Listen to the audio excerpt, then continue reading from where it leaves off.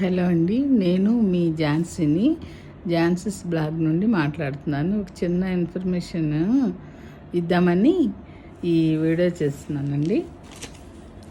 చిన్నారులకు ఉచితంగా గుండె చికిత్సలు చేస్తున్నారని తెలిసిందండి. పంజాగుట్టలోని నిమ్స్ హాస్పిటల్లో చిన్నపిల్లలకు ఉచిత గుండె ఆపరేషన్ చేస్తున్నారంటండి.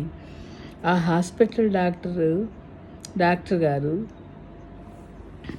అమరేశ్వరరావు గారు ఒక ప్రకటనలో ఈ విషయం చెప్పారట. పిల్లలకి ఉచితంగా గుండె చికిత్సలు చేస్తామని. అయితే అవసరమైన వాళ్ళు ఇంకా వివరాలు తెలుసుకోవాలంటే ఒక నంబర్ కూడా ఇచ్చారండి.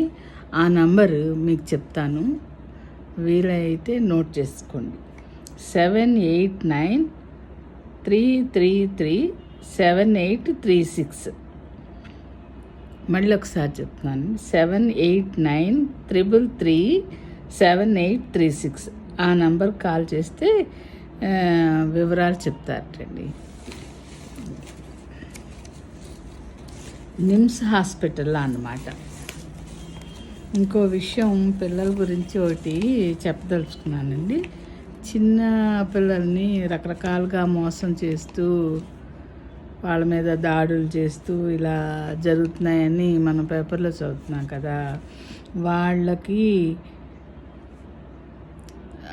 కొంచెం తెలిసేట్టుగా పిల్లలకి పెద్దవాళ్ళమే పెంచాలి, మంచి చెడు తెలిసేట్టుగా అని చెప్తున్నారు ఇప్పుడు సైకాలజిస్టులు, డాక్టర్స్ అన్నమాట.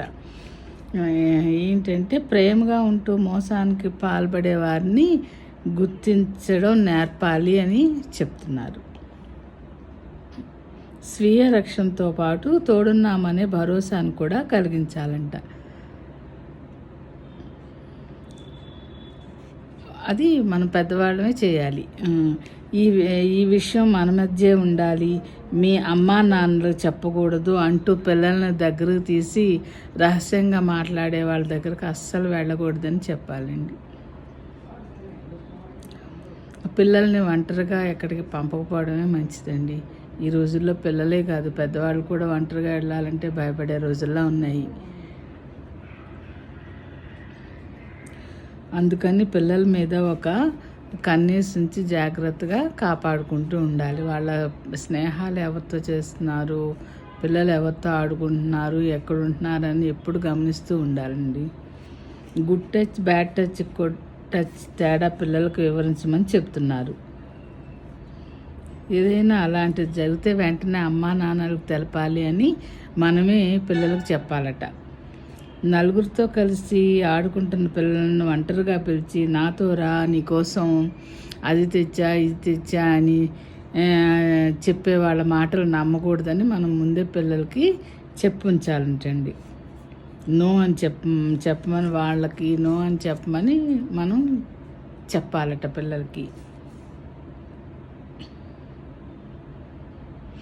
మరి కొందరైతే చిన్న ఏదో హెల్ప్ చేసినట్టుగా వచ్చి దగ్గరకు వచ్చి ఆ సాయం అని చేసి ఒంటరిగా ఉన్నప్పుడు మోసానికి పాల్పడుతున్నారంటండి.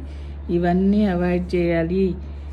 మనం జాగ్రత్తగా పిల్లల్ని కాపాడుకోవాలి. పిల్లలకి మంచి చెడు తెలపాలి, ఇంట్లోనే తెలపాలి అని ఈ సైకాలజీ డాక్టర్స్ అందరూ చెప్తున్నారండి. ఇది మీతో పంచుకుందామని ఈ వీడియో చేశాను అన్నమాట. ఓకే అండి, ఈ వీడియో నచ్చినట్టయితే లైక్ చేయండి, షేర్ చేయండి, సబ్స్క్రైబ్ చేయండి.